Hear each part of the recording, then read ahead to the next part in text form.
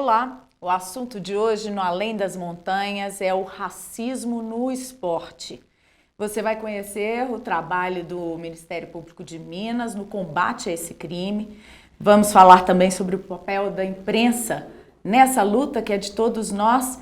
E você vai saber como funciona o Observatório da Discriminação Racial no Futebol, que tem feito um levantamento de casos no Brasil, denunciado e conscientizado as pessoas para esse problema. Aqui no estúdio da TVMP estão comigo o promotor de justiça Alender Barreto, que é coordenador do CAU Especial, da Coordenadoria de Combate ao Racismo e todas as outras formas de discriminação, aqui do Ministério Público de Minas. Ao meu lado está o jornalista e editor e apresentador do Alterosa Esporte, Leopoldo Siqueira, meu colega, incansável nessa divulgação de casos de racismo, juntamente com a bancada democrática do programa, com representantes dos principais times de Minas. Está também conosco o promotor de justiça de Governador Valadares, Evandro Ventura da Silva, que é um pesquisador, estudioso da área de igualdade racial, e remotamente vai falar conosco vamos ter a participação aqui do Luciano Jorge de Jesus, professor, integrante do Observatório da Discriminação Racial no Futebol. Bem-vindos à TVMP, muito obrigada pela presença de todos vocês aqui hoje. Obrigado. Bom, antes de começar o nosso debate, eu agradeço ao Luciano aí por vir representando o Observatório, mas eu quero chamar um depoimento do Marcelo Carvalho, que é criador desse projeto, diretor do Observatório. Então vamos ouvi-lo. O Observatório foi criado em 2014, logo após os casos de racismo com o Márcio Chagas, o Tinga e o Arouca. Era o início do ano, o ano que o Brasil sediou a Copa do Mundo. E nesse momento o Brasil entrou meio que em pânico, assim, porque todo mundo ia vir para a Copa do Mundo. O Brasil sempre se disse o país da democracia racial e os casos de racismo estavam acontecendo. No primeiro momento, é aquela história de são casos isolados. E aí eu fui pesquisar a quantidade de casos e principalmente o desdobramento desses casos. E aí eu não encontrei essa informação. E aí eu resolvi criar o Observatório, que é ter esse lugar que a gente consiga quantificar os casos de racismo, mostrar para a sociedade que não são casos isolados, mas principalmente que a gente consiga monitorar o desdobramento desses casos. Porque os primeiros casos que eu monitorei, os atletas que sofreram racismo não queriam falar sobre. Porque a única pessoa que se prejudica quando denuncia racismo é o atleta. E nada acontece com o agressor. E aí eu disse, não, mas não pode ser isso, A gente tem que ter uma ferramenta, a gente tem que ter uma maneira de combater esse racismo. Ele não pode acontecer dessa forma e ficar impune. E aí a primeira coisa que era preciso fazer era quantificar os casos. E aí depois de quantificar era monitorar os casos. E a partir disso cobrar quem tem poder de fazer algo para que de fato faça alguma coisa. Então o Observatório nasce em 2014. A partir de 2015 nós lançamos o primeiro relatório anual da discriminação racial no futebol, que traz todos os casos de racismo do ano anterior. Então, em 2015, nós lançamos com os casos de 2014.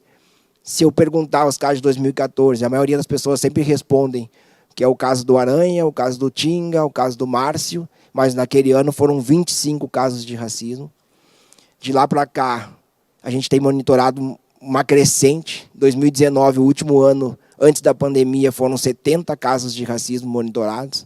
2022, que a gente ainda está vivendo a pandemia, mas já tem torcida nos estádios, já tem jogos maiores, a gente está monitorando até agora, já são 50 denúncias de racismo no futebol brasileiro, 12 dessas denúncias em torneios sul-americanos, 11 na Libertadores e 1 na Sul-Americana. E por força dessa pressão que o Observatório faz, mas que outras entidades, outras pessoas fazem, a Conmebol, esse ano, aumentou a multa de $30 mil para $100 mil quando ela for punir um clube. É muito pouco, mas é um processo que iniciou. Então, é um processo que a gente está discutindo ainda o que fazer e como fazer. E aí, no que fazer e como fazer, O Observatório sempre cobrou também da CBF uma iniciativa, e eu digo que a gente sempre cobrou uma campanha efetiva de combate ao racismo. Uma campanha que fale a palavra racismo, uma campanha que esteja o ano inteiro ativa para que os torcedores, para que os jogadores, para que todo mundo entenda do que a gente está falando. A grande mudança do início do trabalho do Observatório para cá foi a quebra de silenciamento que a gente está percebendo hoje no futebol. Hoje, um atleta de futebol que sofre racismo no campo, ele já identifica, vai no árbitro e relata. Ele quebrou esse silenciamento que antes o jogador de futebol aceitava o racismo de dentro do campo porque era parte do futebol. E hoje a gente está conseguindo essa mudança de comportamento, que é o atleta já denunciar os casos, que é os torcedores filmar outros torcedores. Então, a gente tem, de fato, uma mudança de comportamento. Bom, nós vimos aí esse depoimento, então, do Marcelo, né, que foi numa live para a TV Coelho. O Luciano estava lá do lado, né, Luciano? Nós tivemos ali na imagem. Eu queria te perguntar, esse trabalho, esses levantamentos do observatório, o que vocês podem relatar? Os casos de racismo têm aumentado, têm diminuído? As denúncias é que aumentaram? Pois é, então, primeiro, novamente, bom dia para todo mundo que tá ouvindo, que está vendo a gente, né? Tô aqui bastante alegre, bastante contente de estar aqui com vocês aqui, conversando sobre futebol e conversando sobre algo que permeia não só o futebol brasileiro, mas a sociedade brasileira.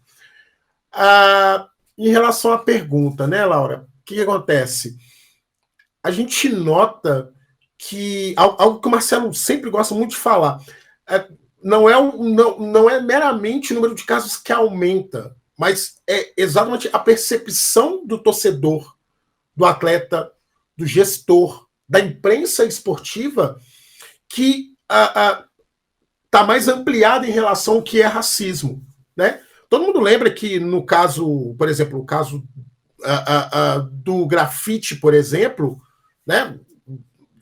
Fugiu aqui da memória o ano exatamente, mas quando aquele caso acontece e no dia seguinte vai para a imprensa esportiva, o retorno dos jornalistas ainda era muito mais racismo por quê? Mas no que é racismo chamar um atleta de acho que o termo usado era negrito e tal, que foi o caso com o atleta do Vélez Sarsfield, o Leandro de Sábato. E hoje a percepção ela já é bem diferente, né? Em vários setores, né?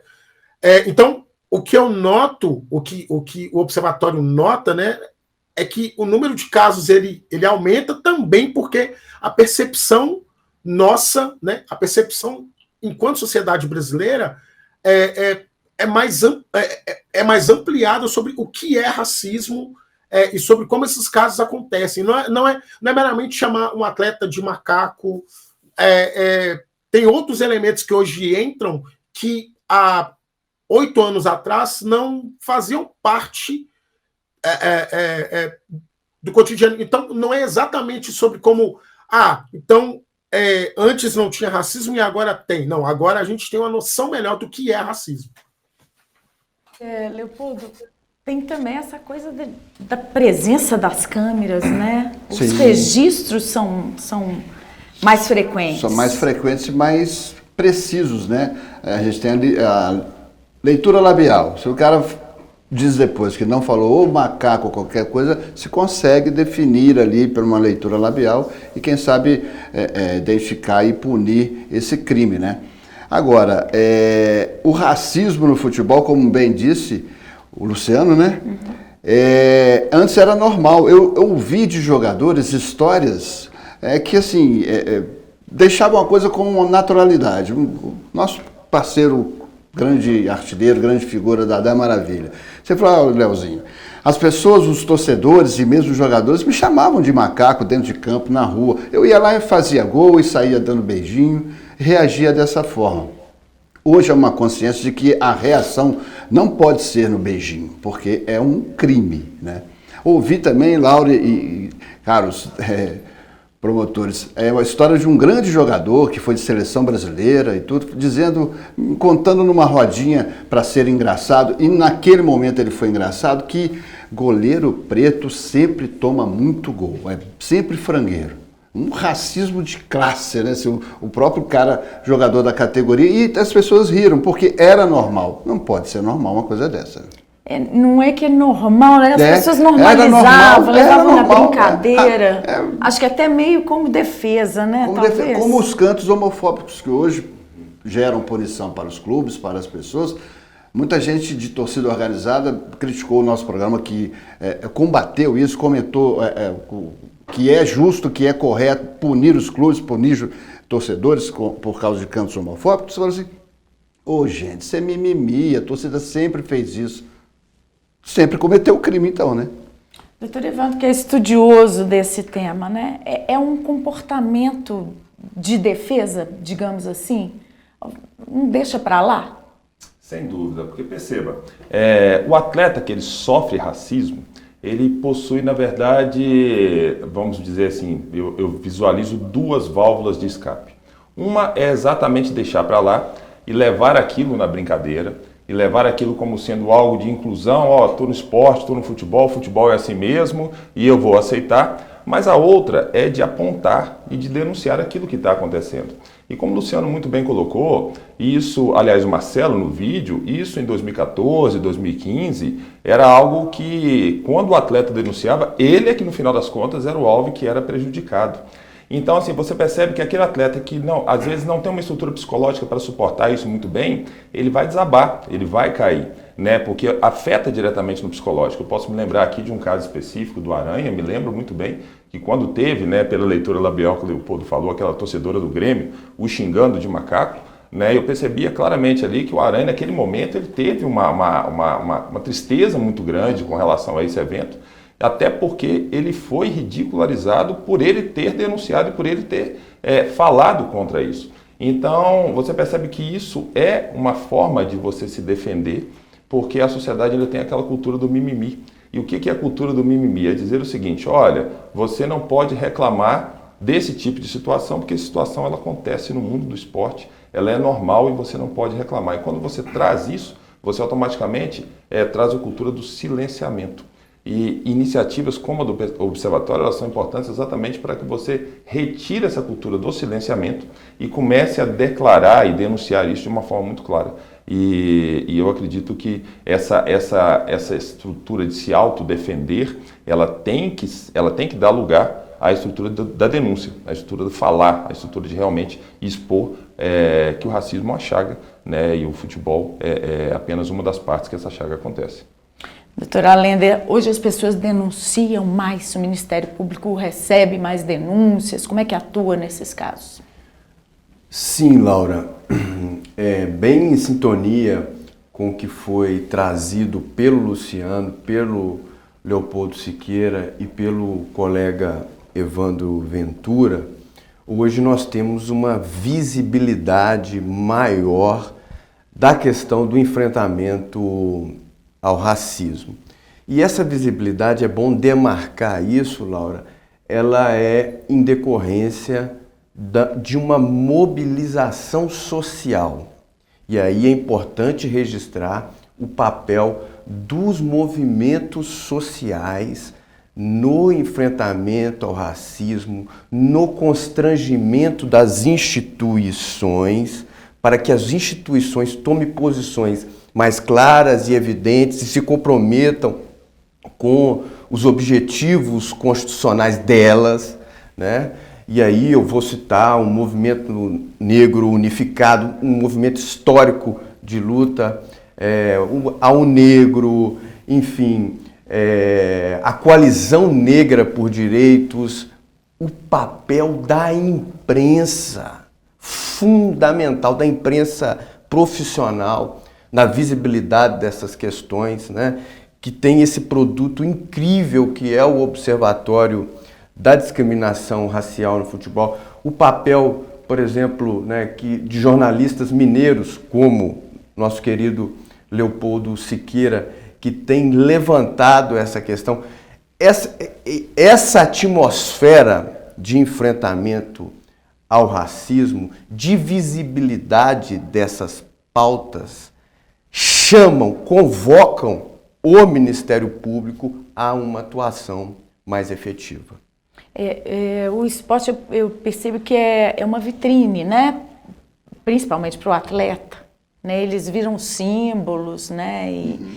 E muitos têm medo de levantar essa bandeira, não é, Léo? Muitos têm medo, muitos têm medo.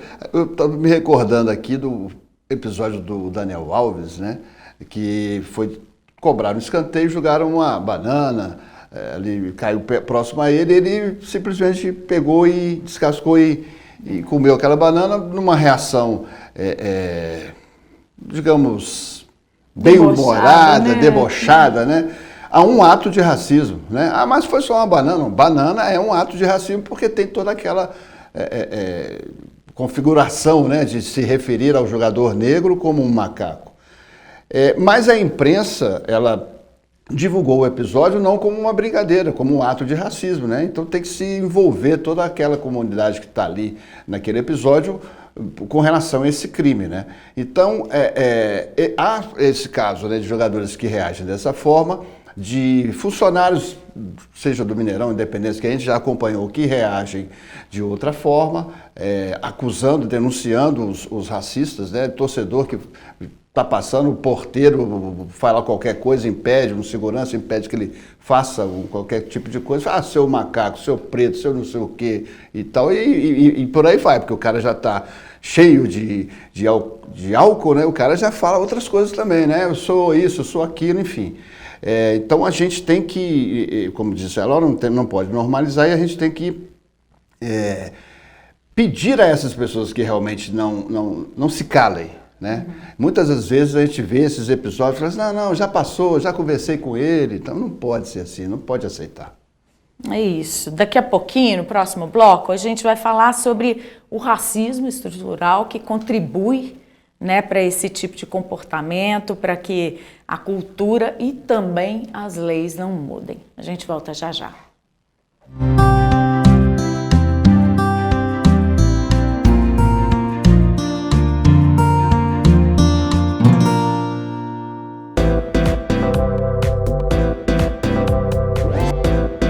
TV MP, em todo lugar, ao seu lado. Realização Ministério Público de Minas Gerais. Siga a gente nas redes sociais e procure por MPMG Oficial. Para mais informações, acesse mpmg.mp.br.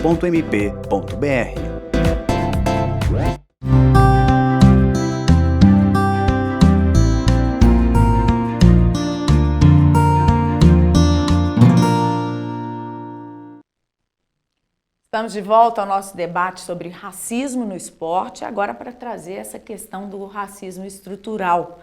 E eu pergunto para o Luciano. Luciano, você percebe que alguns atletas negam que haja racismo no esporte, até mesmo no país, apesar de eles muitas vezes serem as vítimas? É interessante. Primeiro, assim, lembrar que... Acho que me parece importante lembrar, deixar aqui o convite para quem está ouvindo, para quem está assistindo a gente, para conhecer, dentre tantos trabalhos, mas esse aqui que é bem importante, que é o do Silvio Almeida, que chama O que é Racismo Estrutural, que é de uma coleção organizada pela Djamila, e que ele vai falar um pouquinho sobre esse elemento, né, o que é racismo estrutural, porque o que estamos chamando de racismo estrutural. Bom, isso acontece porque, obviamente, a sociedade brasileira normatiza o racismo, né?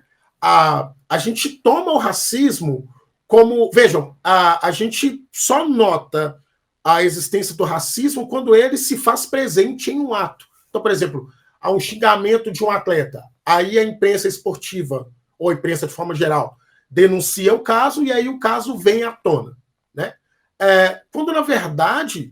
O racismo, como o Silvio Almeida fala, mas não só ele, mas outros grandes, né, autoras, né, a Lélia Gonzalez fala muito sobre isso, o Clóvis Moura vai falar muito sobre isso, o Guerreiro Ramos e por aí vai. O racismo, ele não é o desvio da sociedade brasileira.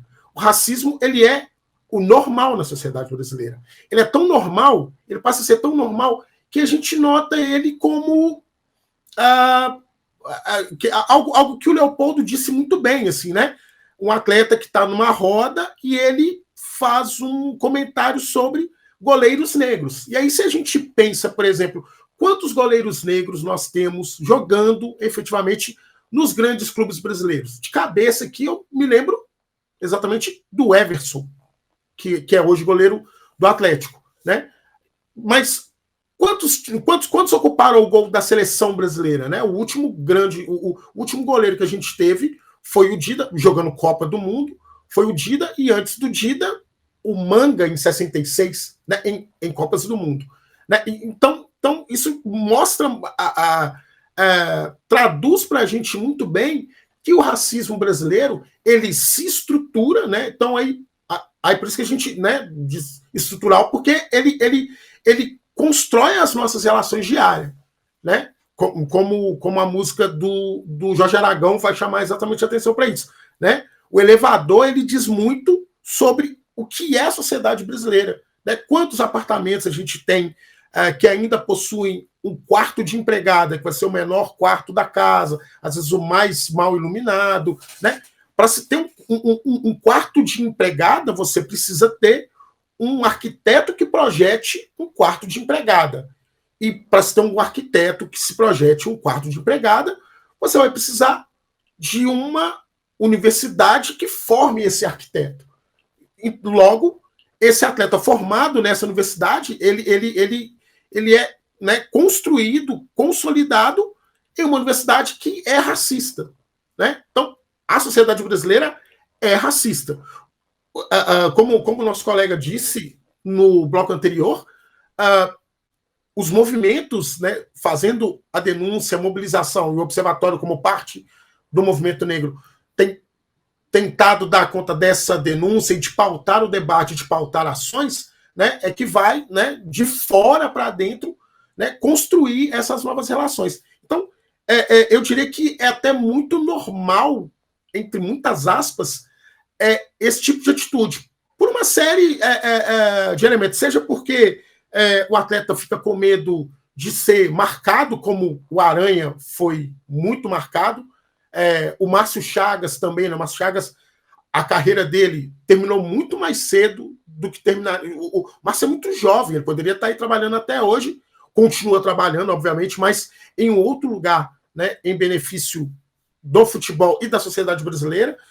Mas eu diria que não só esse elemento do receio, mas também o fato de convivermos em uma sociedade que ainda entende que o racismo é algo tido somente como quase como uma patologia, como se fosse uma doença, e que com um remédio certo não vai mais acontecer, quando na verdade a gente ainda tem, né, dinâmicas racistas, diálogos racistas, espaços de imprensa, de trabalho que ainda são pouco ocupados ainda, ou que ainda, né, que são ocupados ainda minimamente por pessoas negras, né, mas ainda a gente vai vendo esse quadro mudando com ações como as ações afirmativas em universidades, né? Então, eu diria que atletas, eles não se posicionam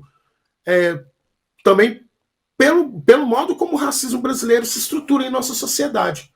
Né? Então, esses diferentes elementos vão mostrar para a gente que é muito complexo a gente dizer se o atleta está certo ou errado, mas a gente entender que esse não posicionamento é também denuncia claramente como a sociedade brasileira ainda trata pessoas negras, e mais do que isso, mostra muito como a dinâmica brasileira ainda precisa de mais e mais ações e mobilizações, organizações em torno da superação. Né? Lembrando, antes de encerrar aqui, o grande mote do movimento negro unificado era algo como fazer da sociedade brasileira, fazer da democracia brasileira uma verdadeira democracia racial, que é algo que a gente não vive. Ele estava falando do temor de alguns atletas, né, de se manifestarem contra o racismo. Historicamente, os que se manifestaram foram abafados, né, foram reprimidos, né?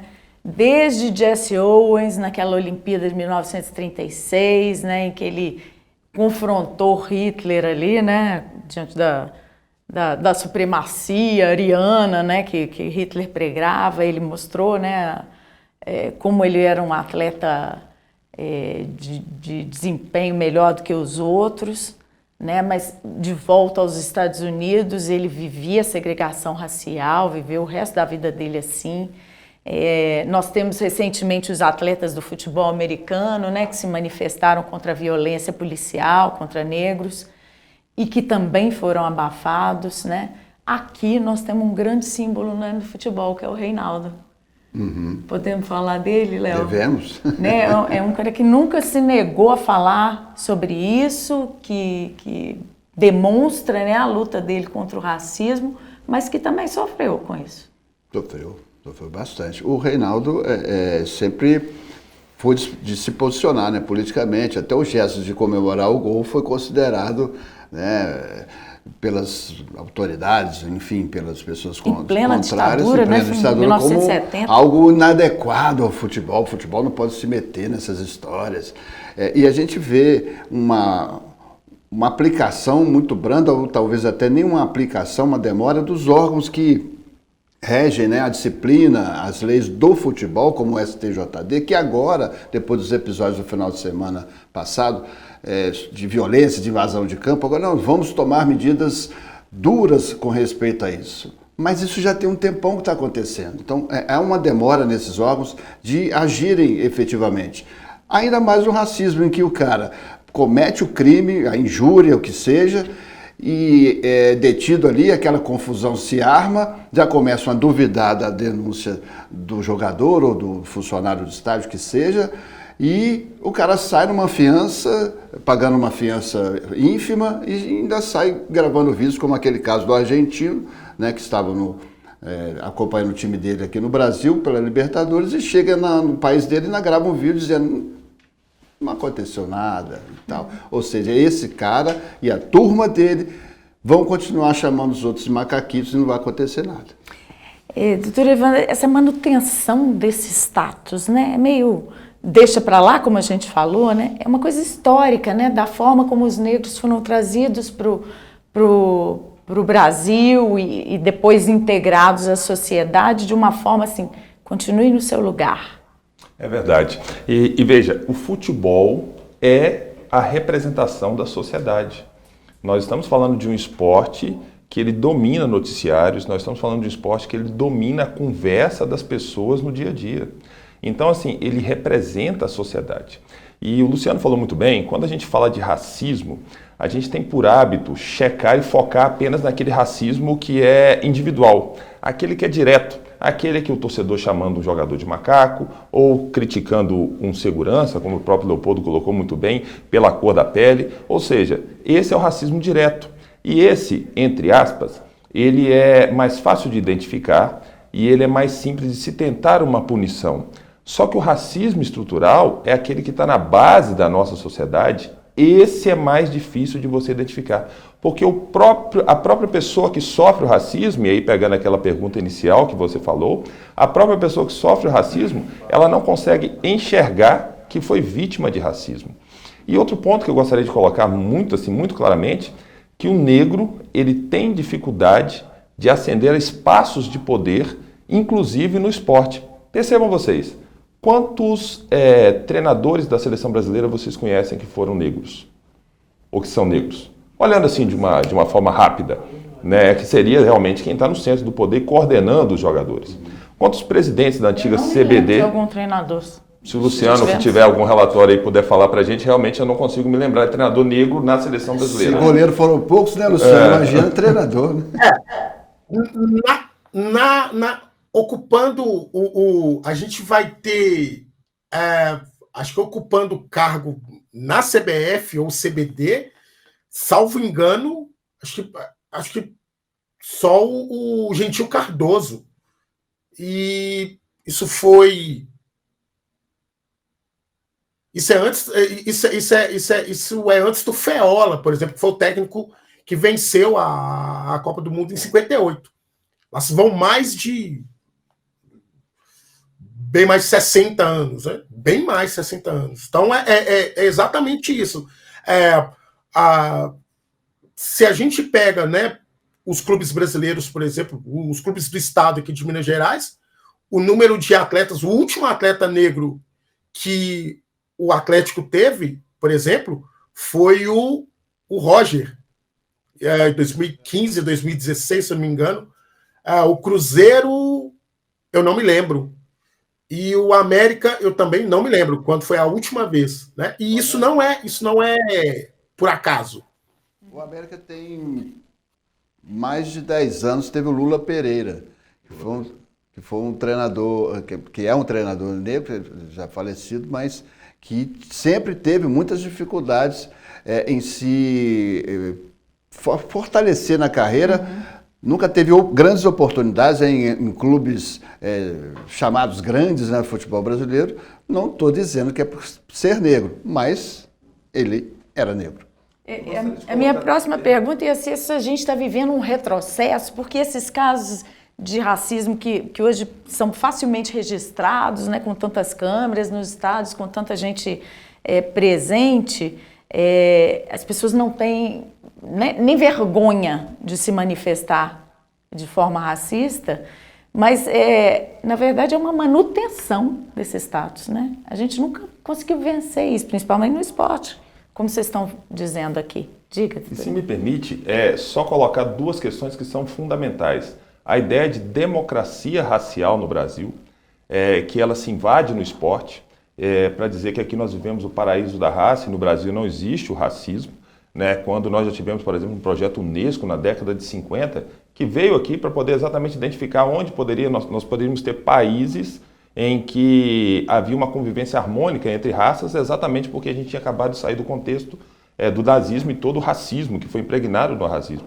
E o projeto Unesco ele chegou aqui e se decepcionou, entre aspas, porque na hora que percebeu que aqui nós tínhamos um racismo incrustado na sociedade, que estava na nossa base social e que nós não conseguimos e não conseguíamos sair desse racismo.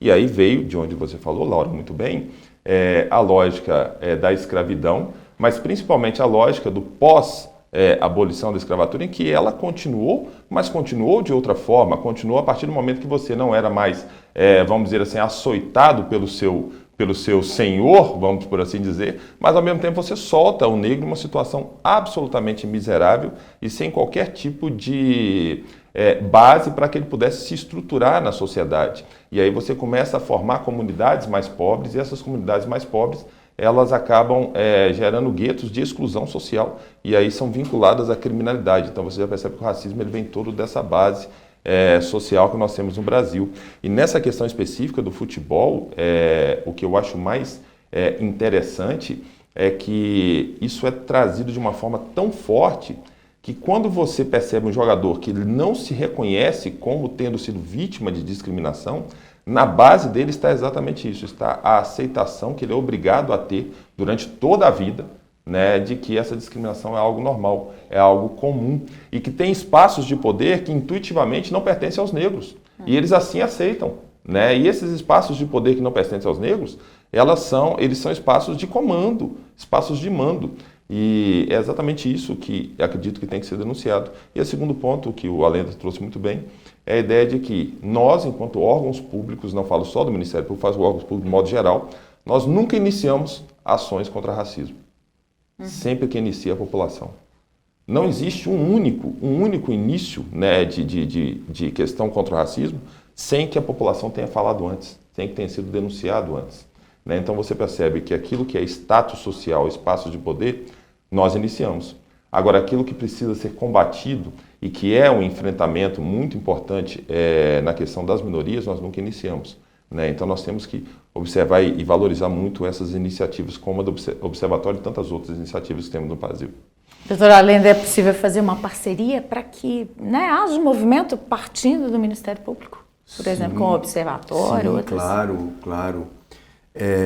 Laura, em primeiro lugar, é importante registrar que o panorama hoje, né, contemporâneo, ele não é de retrocesso ao enfrentamento ao racismo.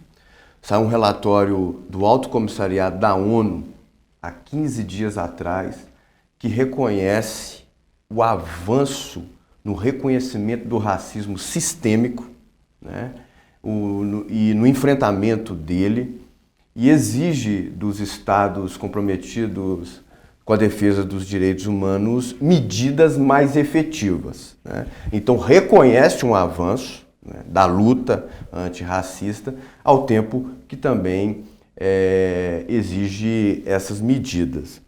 Ô, Laura, o Ministério Público de Minas Gerais, né, no ano passado, através do Procurador-Geral de Justiça, ele criou a Coordenadoria de Combate ao Racismo e todas as outras formas de discriminação, que eu coordeno, que é um espaço dentro do Ministério Público, um órgão que dá subsídio aos promotores e às promotoras de todo o estado de Minas Gerais, subsídio técnico, na defesa das minorias sociais, na defesa do público LGBT, na defesa da pauta racial, enfim, da pauta cigana, das minorias de uma forma geral. Então, perceba que as instituições hoje, através das mobilizações sociais, através do papel importante da imprensa, têm se posicionado agora de forma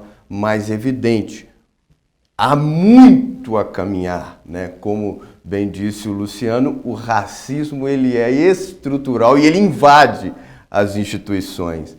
Mas nós temos percebido e notado bons avanços também. Já, depois desse intervalo que vem aí, a gente vai voltar falando se as leis contribuem para isso, o que nós precisamos melhorar, como vai ser o progresso diante do combate ao racismo. Aguarde.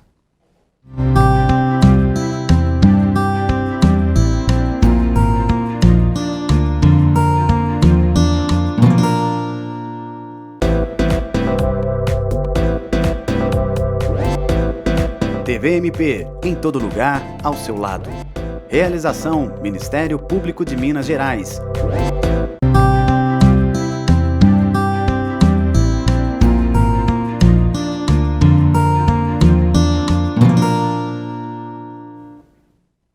Neste último bloco do Além das Montanhas sobre racismo no esporte, nós vamos falar sobre a eficácia da legislação para combater esse crime.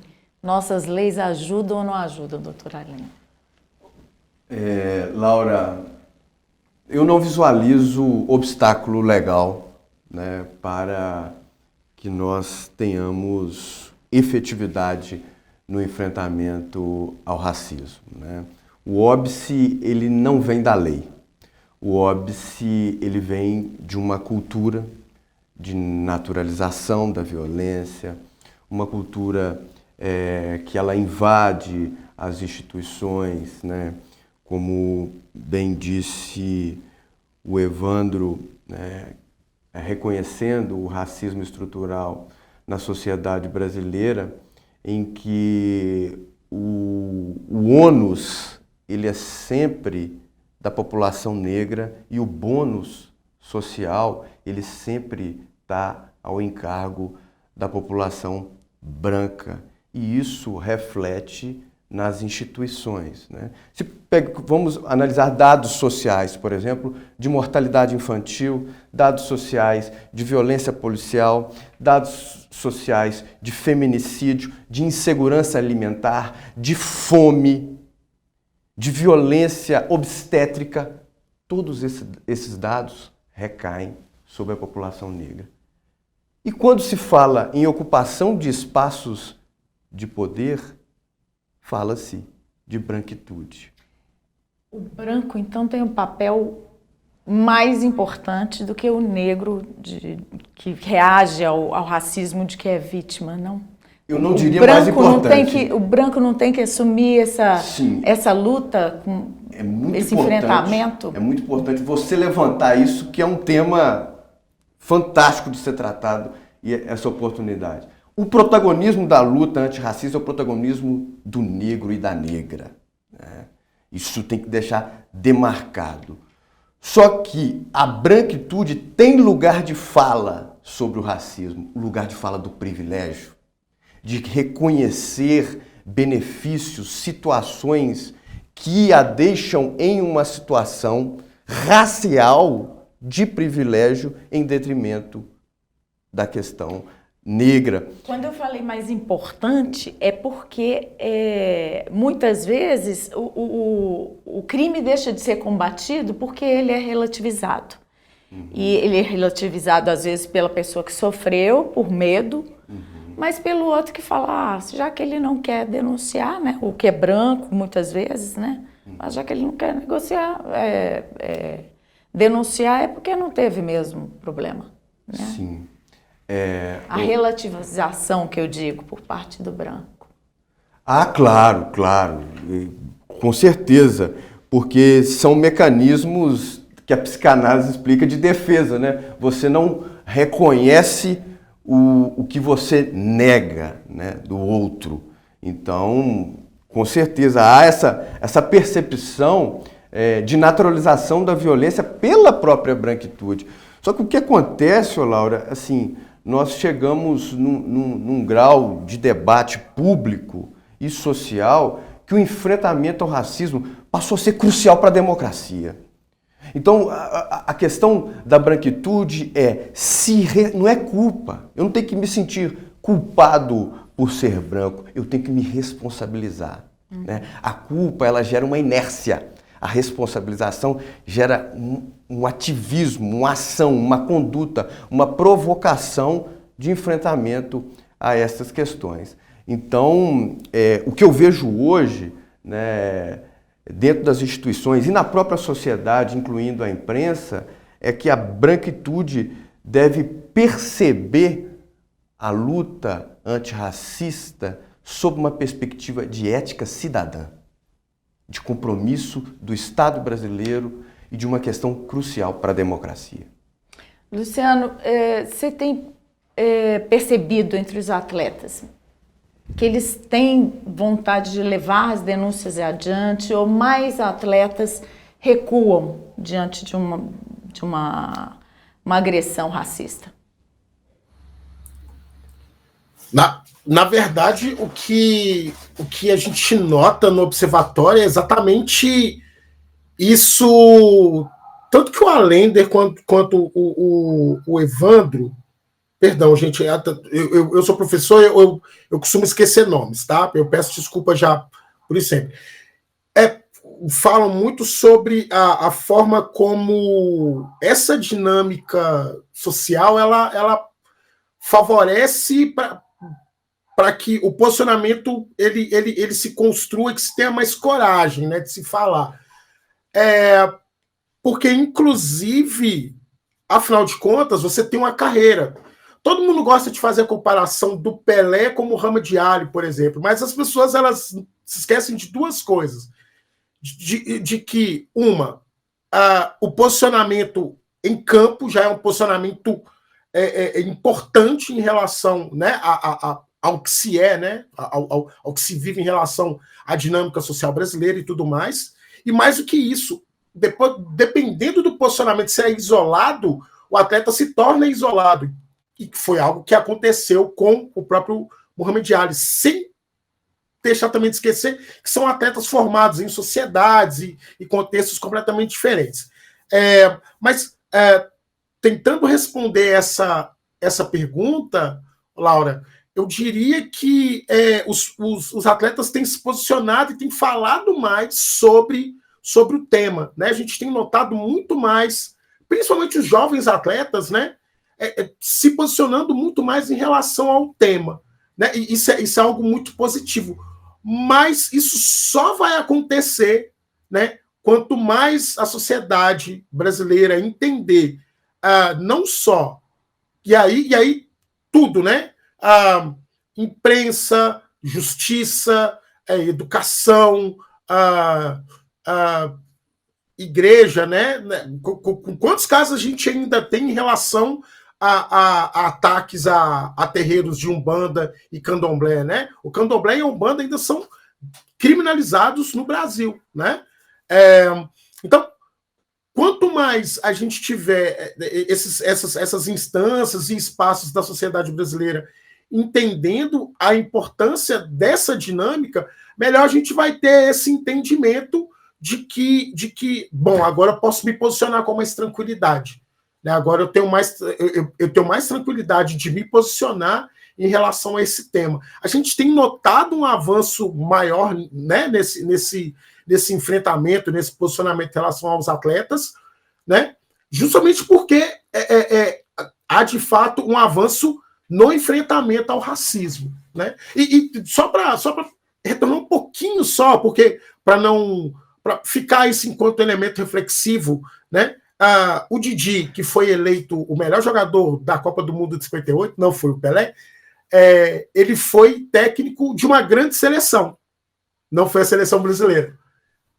O melhor jogador da Copa de 58, ele foi técnico da seleção peruana na Copa de 1970, que teve como técnico Mário Jorge Lobo Zagallo, né, que foi um bom jogador, mas que, né, não foi tão brilhante em campo quanto o Didi. Né? E o Didi só foi conseguir ser técnico quando ele saiu do Brasil. Então, isso são elementos que são importantes a gente lembrar e que a história brasileira, né, a gente critica isso tanto, né, o que aconteceu com a própria Comissão da Verdade aqui no Brasil, né, a gente ainda tem esse problema em relação à memória. Então, isso obviamente vai afetar o futebol brasileiro, né? Que a gente ainda vai entender que esse é um espaço igual e que todos têm a mesma oportunidade. Não tem tanto técnico negro porque eles não se preparam tão bem assim, né? Porque eles não querem, quando na verdade são elementos mais complexos e que vão, né, dar essa tônica, né, em relação ao que é tanto o esporte brasileiro, o futebol brasileiro, mas, né, o que é a tônica da sociedade brasileira. Voltando aqui para a imprensa, vamos falar sobre o papel dela, né? Nós tivemos esses dias, dia 17, agora o Richarlison tendo um espaço, né, para falar sobre uma carta de um torcedor que ele recebeu. Lembrar que é o Richarlison novo, né, que é o que atuou no América, passou pelo Fluminense, está no futebol inglês, está na seleção brasileira. Porque tem um outro Richarlison que passou por aqui também, pelo Atlético, em São Paulo, tudo, que foi vítima de homofobia, né? Negro vítima de homofobia, né? E agora o Richarlison, o Pombo, né, que deu uma carta belíssima, né? E a imprensa deu uma destaque, destaque. Esse papel da imprensa é muito importante, né? Como estava falando, Luciano. É muito importante e não pode, claro, detona, né, o mundo inteiro em torno dessa questão, mas não pode se ater somente aos famosões, né? O Richarlison está na seleção, vai disputar uma Copa do Mundo. Tem que ser desde do simples, né? Que a gente já viu situações em que as denúncias são minimizadas, são contemporizadas. Eu estava no Independência num jogo em 2017 e foi a partida que nunca terminou, porque quando o Messias, zagueiro, que hoje está no Ceará, estava no América, no zagueiro negro, foi disputar uma bola no ataque, ele parou, a jogada continuou, ele ficou parado e reclamando, porque o goleiro, segundo a denúncia dele, o chamou de macaco. O goleiro disse, não te chamei de macaco, eu sou negro também. Aí ficou aquela confusão, mas o disse-me disse, ou seja, depois disso o goleiro pagou a fiança e foi liberado, e é o que a gente estava falando, o processo vai. Então, desde o Messias até o Richarlison, imprensa tem que dar essa atenção. E quando você falava, Laura, da atitude do branco em relação às questões racistas, né? Eu me lembrei do episódio, ainda trabalhando em rádio, e rádio do interior, né, Juiz de Fora, todo mundo, várias rádios acontecem, todo mundo carrega tudo, né? Você carrega o microfone, o cabo, a mesa de som, tudo. É uma equipe, né? E o meu compadre, grande amigo, mestre, negro, locutor, PC, entrando, a gente chegando ao estádio, aí veio um funcionário e disse, negão, cadê o locutor que eu vou mostrar onde é a cabine? Ou seja, ele não cria, não acreditava, via a possibilidade de ser um negro nele locutor, né? uma possibilidade de um negro ser o locutor. De liderar algo ali. Né? Então, assim, é claro que ali, né, nos tempos antigos, a gente, e tal, o próprio amigo falou, isso aqui não levou. E leva isso, na brincadeira. E leva né? na brincadeira. Não pode.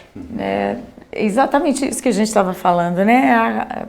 Você aceitar e lidar com o racismo de uma maneira, tudo bem, não tem problema, foi um deslize, né? Mas não é uma concepção já pré-existente de que o negro não pode assumir tal lugar, e isso tem muito no futebol, como a gente estava comentando aqui, em outros esportes também. E veja a importância de se criar, dos espaços para esse combate serem criados. Aqui em Minas Gerais, como a Lenda falou muito bem, foi criado o ano passado essa coordenadoria, né, que ela é de combate ao racismo e a outras formas de discriminação. E a partir dela, outros estudos serão feitos, já estão sendo feitos.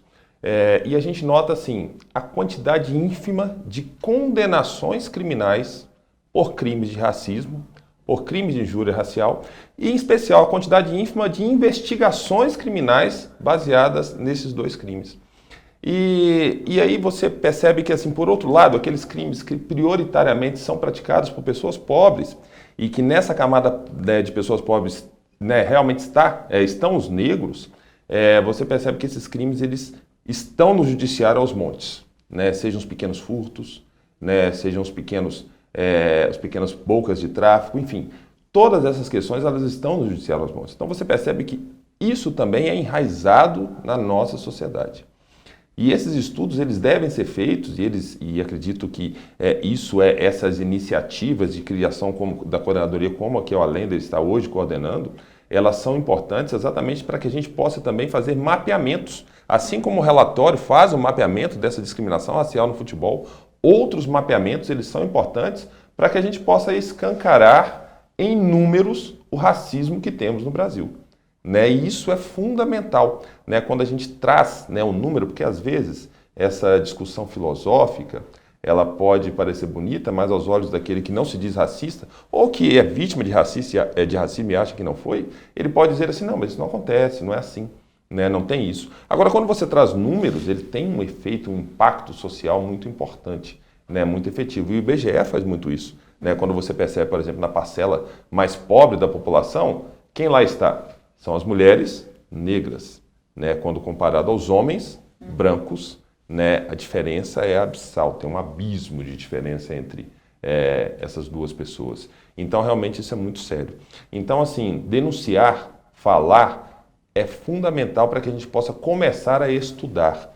E, ao estudar, demonstrar para a sociedade que, olha, o racismo existe, está aqui em números, né? E isso é fundamental que a gente possa debatê-lo, até para que a gente possa questionar o nosso sistema. Veja, eu sou promotor de justiça. E eu estou falando, né, dentro do lugar de fala que a Lenda acabou de falar, e o Luciano lembrou da Djamila, que é quem trouxe para a gente isso, dentro do lugar de fala, eu estou falando enquanto uma pessoa que não viu, em 12 anos de Ministério Público, uma única condenação por injúria racial ou racismo. Já fiz denúncias, já fiz investigações, mas não vi, até hoje, uma única. Então, nós estamos falando com base nisso. Agora, e isso é algo que não podemos ler. As denúncias são levadas a cabo, mas as condenações...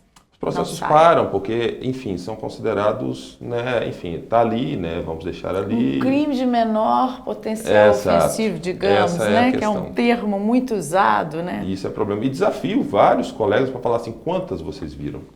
E poucos vão dizer assim, vi uma, vi duas. Não sei se o Allender, no tempo dele, enquanto promotor de justiça, chegou a visualizar uma única condenação, pode ter visto, mas elas são raras. E por trás desse crime não está só a ofensa.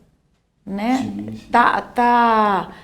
A discriminação social, e a relegação de quem é negro ou de outra raça, até podemos dizer, né? A um lugar que não faz parte do todo da sociedade, né? Então é um crime de grande potencial ofensivo. Muito grave, muito grave. Na linha do que o Evandro nos trouxe aqui, é importante destacar que a Comissão Interamericana de Direitos Humanos, né, ela recomendou ao Estado brasileiro medidas de enfrentamento ao racismo porque ela reconhece avanços no plano penal, legal, no combate ao racismo, mas ela percebe a impunidade como grande gargalo na efetivação dos direitos raciais.